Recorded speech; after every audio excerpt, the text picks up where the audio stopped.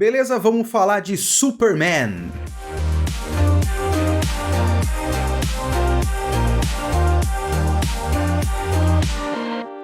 Esse é o nosso formato Kitsune do dia, que, como eu já falei, é um formato mais ligeiro, mais simples e sem roteiro. Eu tô falando tudo isso aqui de cabeça. Eu assisti o novo filme do James Gunn, o novo universo DC da Warner no cinema, começando, entre aspas, com esse filme do James Gunn, do Superman com... Como é que é o nome do homem? Corey Sweat. Eu esqueci o primeiro nome dele. David Corey Sweat.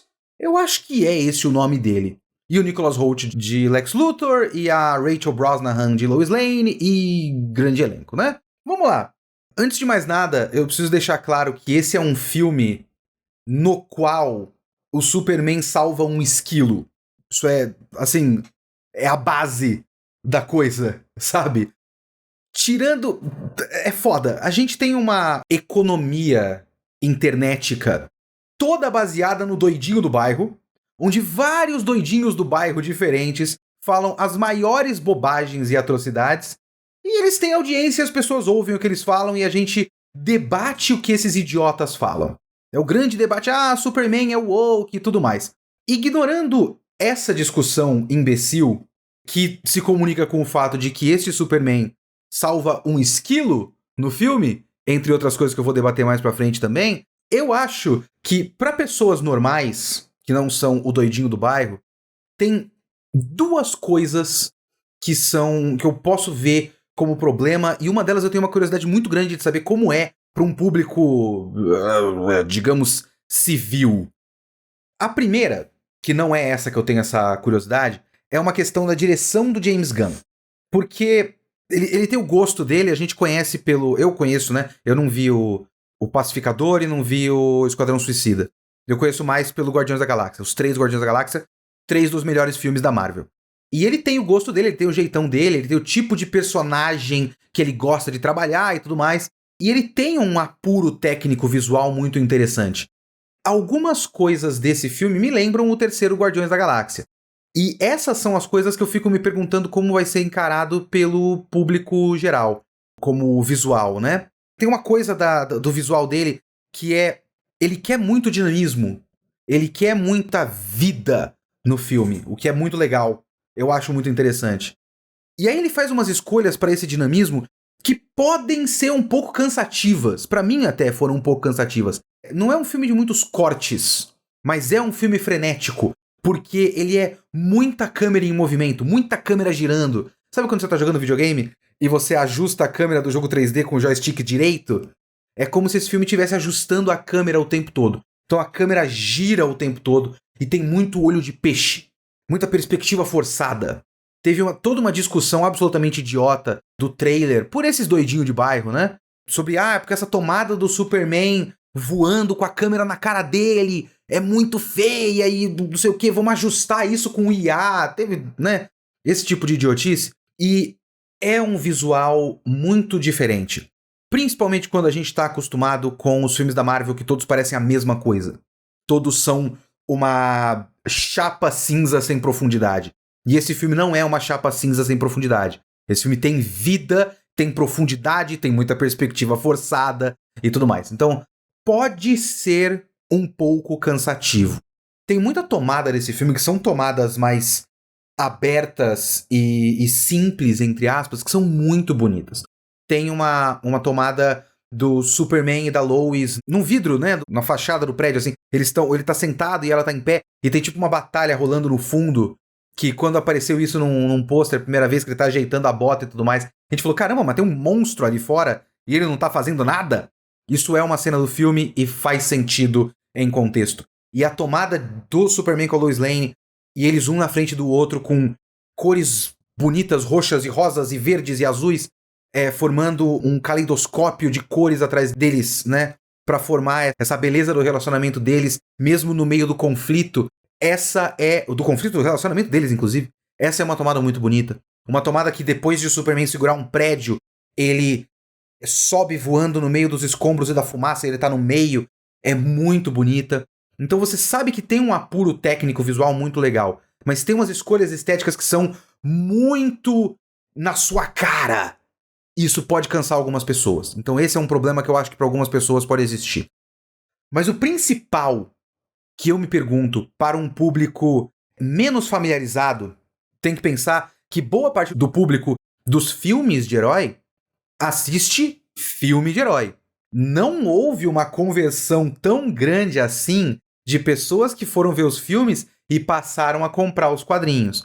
Muitas pessoas não compram e não leem e nunca leram os quadrinhos. Por exemplo, o meu filho Augusto tem 10 anos de idade e ele nunca leu um quadrinho de herói na vida. Eu acho que esse filme do James Gunn, ele conta com o conhecimento geral das pessoas sobre os heróis, que, por exemplo, o meu filho poderia ver esse filme e pegar boa parte do que tá acontecendo, porque a gente sabe, por osmose, qual é o universo do Superman. Só que a gente tá acostumado com o primeiro filme, né, o filme 1 de uma série, sendo um filme que começa pequeno e começa do começo. A gente já teve alguns filmes do Superman, quer dizer, pra filme a gente teve os filmes do Christopher Reeve e aí o filme do Brandon Routh, que se considera uma continuação do filme do Christopher Reeve, e depois teve o Superman do Snyder. O do Christopher Reeve tem um pouco de origem, meio como flashback, mas tem. O do Superman tem também origem, meio como flashback, mas tudo tá enraizado na história de origem do Superman. Os dois partem muito da questão dele chegar aqui na Terra e mostrar um pouco da infância e mostrar... Sabe, tem uma coisa, uma linha semi-cronológica que a gente consegue acompanhar ao longo desse filme. Então, todos esses, a ideia deles é como se você estivesse pegando uma revista Superman número 1. Esse filme é como se você começasse a comprar quadrinho de herói agora. Você chegou numa banca e pegou a edição. E é a Superman 545. E por sorte você pegou o começo de um arco. E é um arco que começa da 545 e vai até a 552. E você tem que mais ou menos entender pelo texto de introdução ali na edição anterior.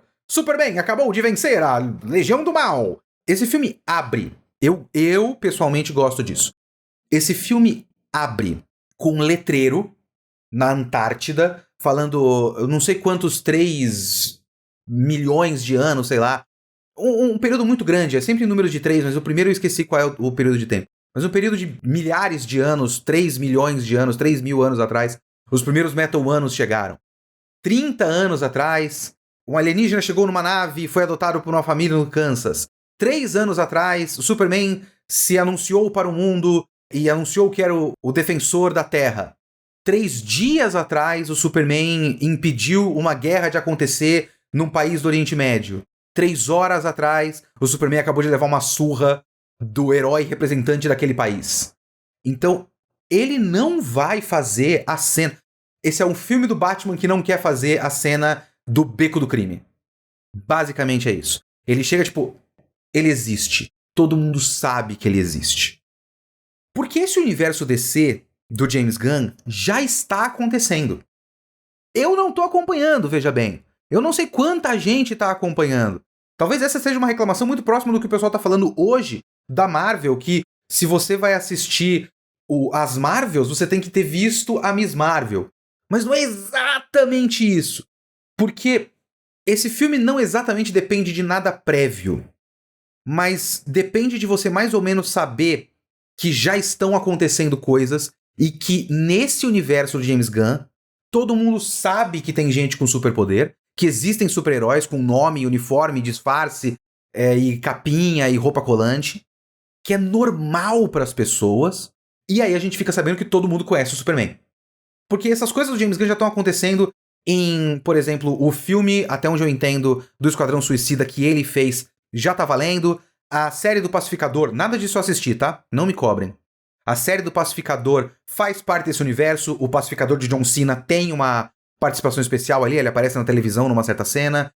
Tem um desenho, eu esqueci como ficou em português, Comando das Criaturas, não sei, Creature Commando, que tem aquela coisa de ser tudo integrado, então quando ele vai fazer um desenho animado, a voz do personagem vai ser feita pelo ator que vai viver no live action. Então, se pá, eu não sei se eu tô ficando maluco, mas tem um Comandante Flag nesse filme, que é feito por um ator que eu reconheço a cara, mas esqueci o nome. Eu acho que esse cara já fez a voz do personagem no desenho. Então, essas coisas já estão acontecendo. Então, existe um universo.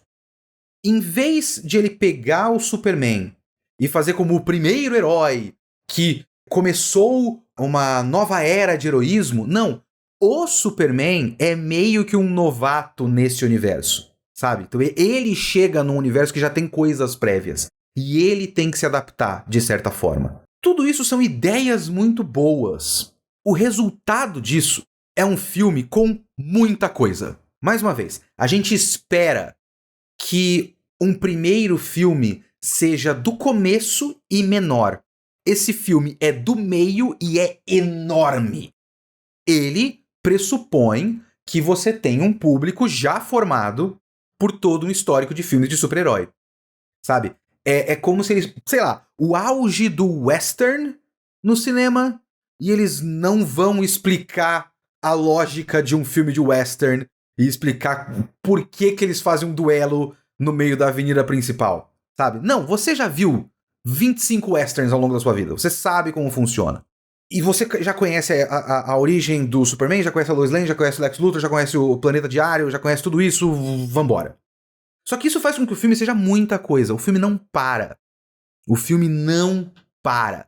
E ele acaba que algumas dessas coisas são grandiosas demais para um primeiro filme. E a gente fica um pouco perdido, um pouco sufocado pelo filme.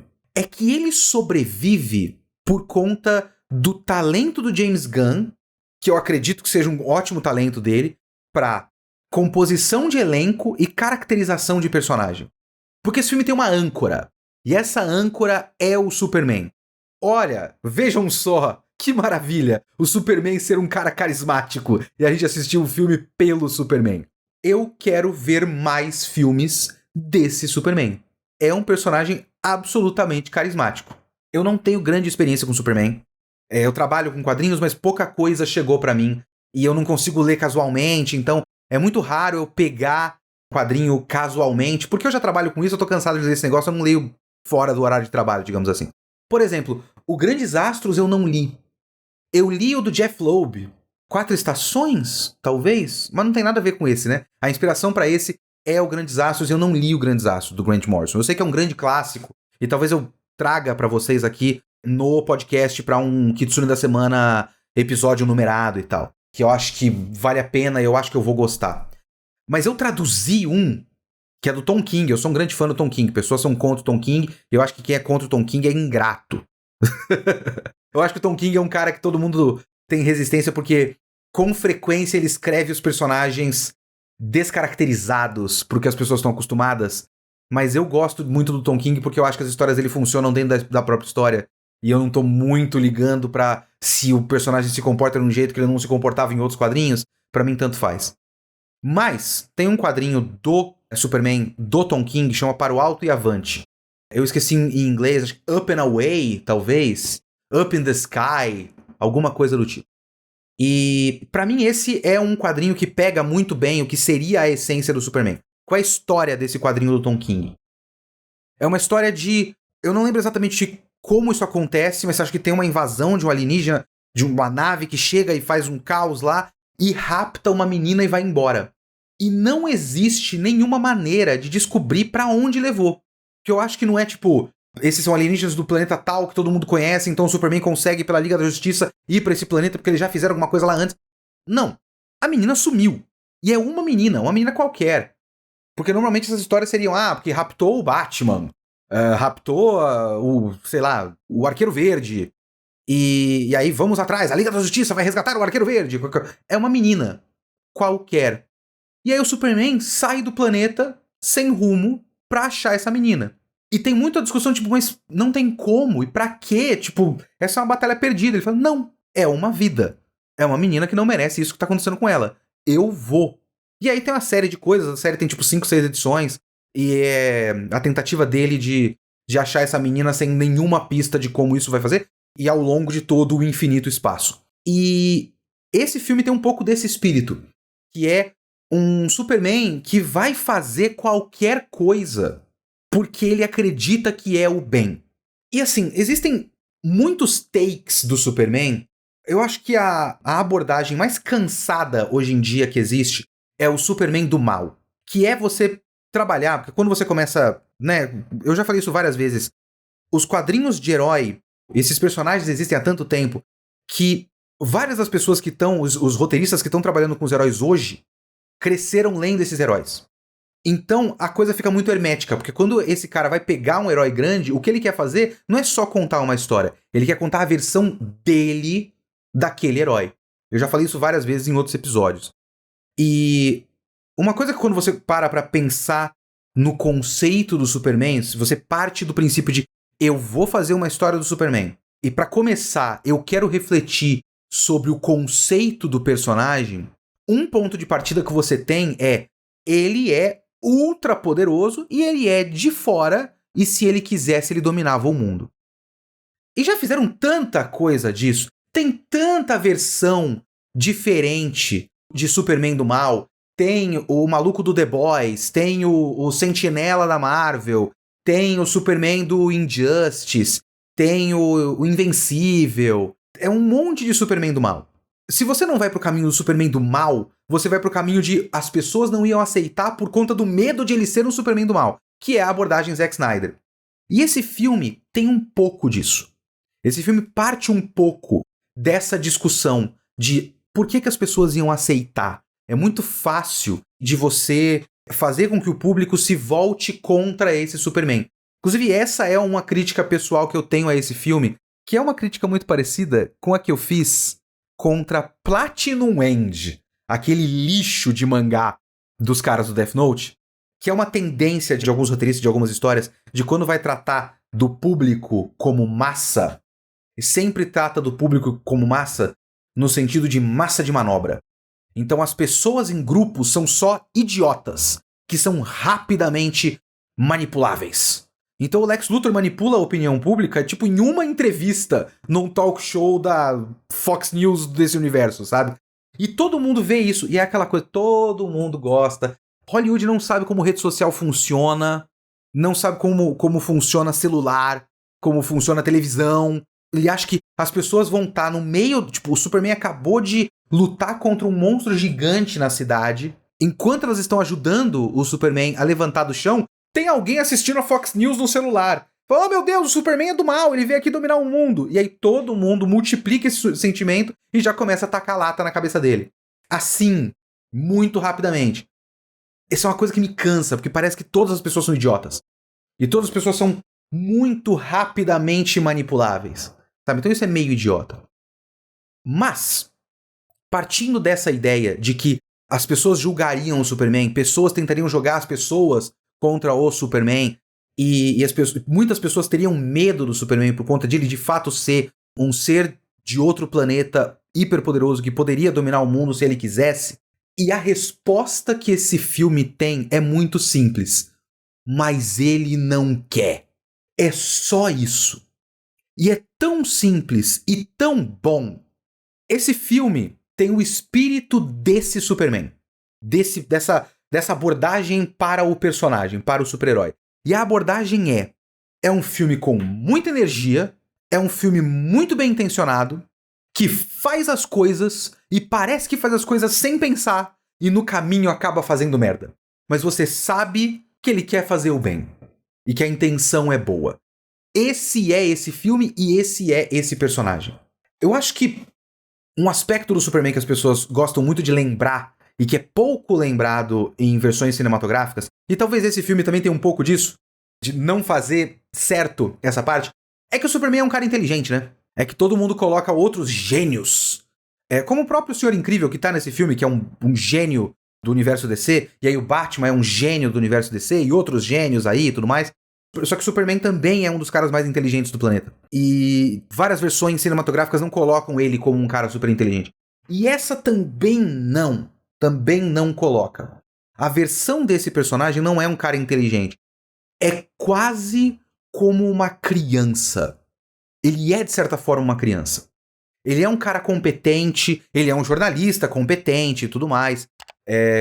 Que tem um cara que tá querendo descreditar a qualidade do texto dele, mas você percebe que é esse maluco invejoso lá no Planeta Diário mas no geral todo mundo considera que ele escreve bem, e ele tem uma matéria na capa do jornal, então, tipo, ele é um bom jornalista e tal, mas ele é um cara com defeitos. Só que os defeitos partem da boa intenção dele, porque ele é meio afoito.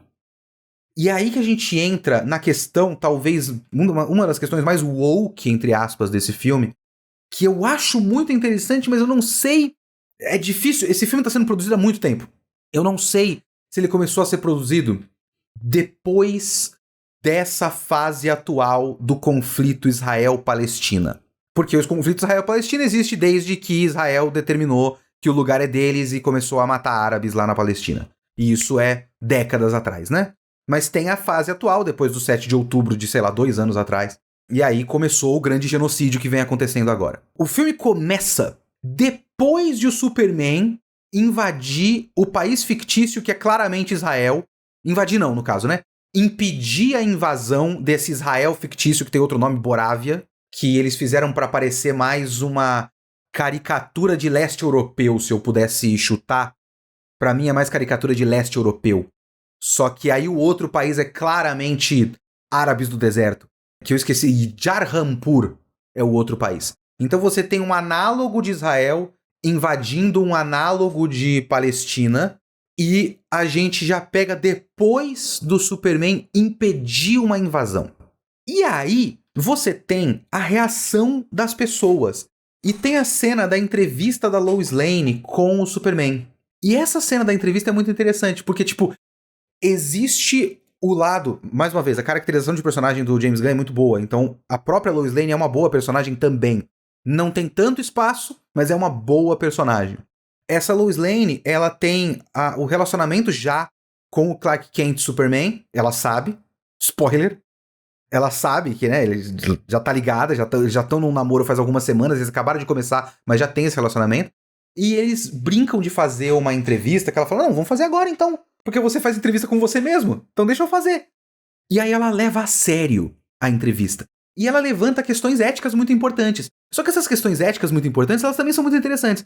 Porque essas são as questões que ela fala, tipo, sim, eu sei, eu, ser humano, Lois Lane, sei que esse análogo de Israel vai fazer um genocídio e não está bem intencionado. Só que eu, como jornalista, eu preciso fazer a pergunta sobre a questão ética de você se meter num conflito político de um aliado dos Estados Unidos, sendo que ele é visto como americano.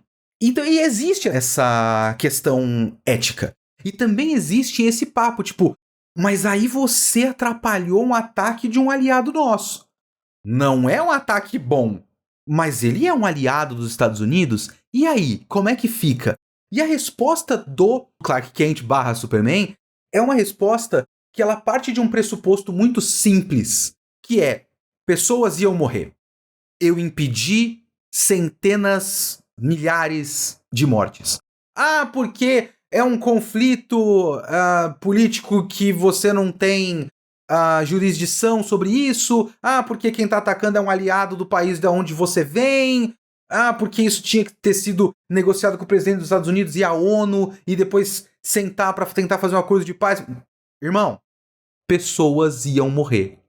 A gente sabe disso. Então, eu gosto disso porque, em vez de ficar perdendo tempo com as minúcias da questão política da coisa, ele faz com que o Superman seja a personificação de uma ideia humanitária muito simples, que é só proteger as pessoas. Esse é o filme que o Superman salva um esquilo. Boa parte desse filme é reservado para cenas do Superman salvando pessoas, sendo carismático e salvando pessoas. Você acredita que as pessoas gostam do Superman? Dá pra acreditar. Todo mundo de Metrópolis e do mundo fala, não, esse cara é legal. Eu sei que esse cara é legal. Como caracterização de personagem e como ideia, é muito interessante. É bastante otimista e bastante positivo, sabe? É complicado porque a gente vive hoje num mundo pós-Nolan, pós-Zack Snyder e pós-Marvel. E esse filme é muito mais quadrinhos do que qualquer um desses filmes. Na época do começo da Marvel, do MCU, existia uma discussão de como o MCU era mais quadrinhos do que a DC. Porque era uma época do Nolan. Eu sou fã do Nolan, eu sou fã dos filmes do Batman do Nolan. Mas eu entendia em contexto o que as pessoas estavam dizendo pra os filmes da Marvel do MCU são mais quadrinhos, tem menos vergonha de ser quadrinhos do que os filmes do Nolan. E aí depois veio os do Snyder, e os do Snyder são só, né, o Murderverse do Snyder é uma outra categoria completamente diferente. Esse é um filme que não vai, ele é o oposto do filme do Nolan, do Batman do Nolan, que é um filme que pra fazer uma cena pra explicar especificamente por que a máscara do Batman tem o chifrinho, que é porque ele colocou um rádio e um comunicador e um GPS ali, uma antena no chifrinho. E aí ele explica que ele comprou esse bagulho no atacado pra parecer que ele vai revender pelas indústrias Wayne e não que ele tá comprando e fez um uniforme.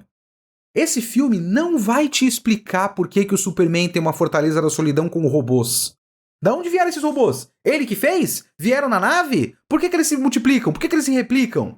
Foda-se. Ah, porque tem a cena do uniforme, fazendo o uniforme. Foda-se. Tem nada disso. Nada disso. Ah, por que tem um outro grupo que já tem a Sala da Justiça, que estão construindo a Sala da Justiça? Quem tá fazendo a Sala da Justiça? Foda-se. Isso é muito legal. Ele tem consequências meio complicadas. Uma das consequências meio complicadas para isso é o próprio Lex Luthor. Que, como esse filme é muito cartunesco, o Lex Luthor ele é um vilão muito exagerado. Ele é muito vilão. Muito vilão. Ele é vilão, assim, num nível que... Sabe, quem se compara com o Lex Luthor é um outro filme do James Gunn. O Autoevolucionário do terceiro Guardiões da Galáxia. Que é um filme que ele resolveu fazer um vilão e foda-se. Não vou tipo, porque tem um asterisco aqui que ele tá meio certo sobre as questões. Não. O Lex Luthor tá errado e ele é do mal. E ele maltrata cachorro. E mata pessoa do nada. E ele é inconsequente e tudo mais. Ele é um gênio. Mas ele é inconsequente e tudo mais.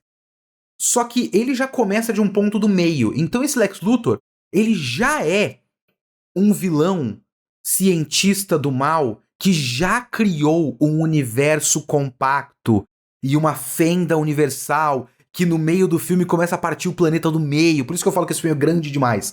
Então tudo é grande demais, tudo é muita coisa. E acaba que nessa muita coisa você pode ficar um pouco perdido.